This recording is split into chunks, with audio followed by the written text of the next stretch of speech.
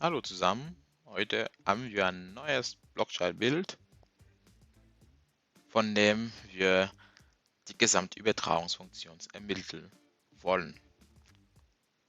Hier geht es um eine Parallelschaltung. Wie erkenne ich das? Die einzelne Übertragungsfunktion, sprich die Übertragungsfunktion aus diesem Pfad, sprich x1 von s, wird addiert mit der Summationsstelle mit der Übertragungsfunktion aus diesem Block, also mit x2 von s. Was ist dann die Gesamtübertragungsfunktion? Das versuchen wir gerade zu rechnen. Gesamtübertragungsfunktion.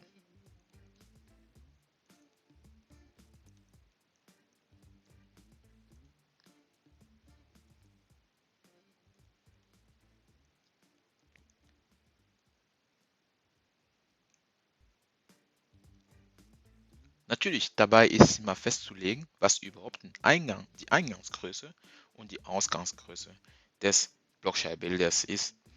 Hier haben wir US, das ist meine Eingangsgröße, das kommt in mein Gesamtsystem rein, und das ist meine Ausgangsgröße, das kommt aus meinem Gesamtsystem raus. Das heißt, am Ende möchten wir die Übertragungsfunktion G Gesamt, werde ich hier nochmal benennen, durch meinen Ausgang, durch meinen Eingang. Wie ermittle ich das? Ich kann natürlich immer von links nach rechts alles beschreiben, und zwar, ich bekomme dann U von S, nehme ich meinen ersten Pfad, da G1 seriengeschaltet mit US ist, daher kann ich sagen US mal G1 von S, die Übertragungsfunktion in dem Block, sollte gleich x1 ergeben. Das ist genau der Wert, der wir an der Stelle haben. Dann mache ich das gleiche auch mit dem zweiten Pfad. Dann bekomme ich US mal G2 von S ist gleich x2 von S. Wir wollen xs rauskriegen, und wir wissen, dass xs ist genau gleich x1 von S plus x2 von S.